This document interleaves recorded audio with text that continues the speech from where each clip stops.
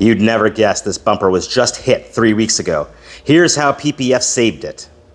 3 months ago, this Ford F-150 came in for a full front-end PPF.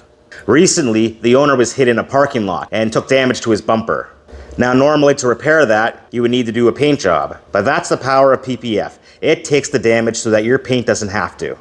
Now, the client was very distraught when this all happened, so when he brought his vehicle home, he peeled it back and he cut it off himself. So as you can see, I do not have footage of the damages, but you can see the paint is absolutely perfect. That's the power of PPF. It takes the damage so that your paint doesn't have to. Today, I'm putting on a fresh piece of film so that he's protected again. Now, you need to understand, accidents happen. The question is, will your paint survive? After 15 plus years installing paint protection film, I can tell you, this is the kind of story that I hear all the time. Call or text me so that you can get your car protected before it's too late.